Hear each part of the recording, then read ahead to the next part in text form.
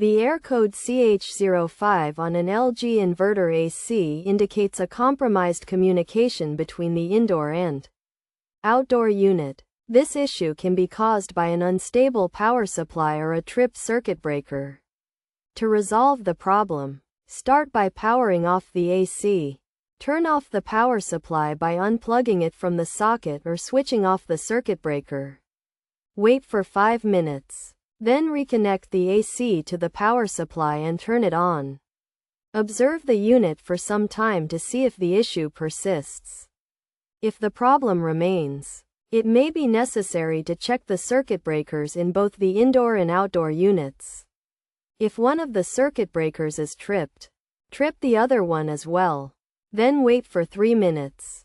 Next, simultaneously revert both circuit breakers back to their normal position. After observing the unit for a while, the issue should be resolved. However, if the problem persists, it is recommended to consult a professional for further assistance.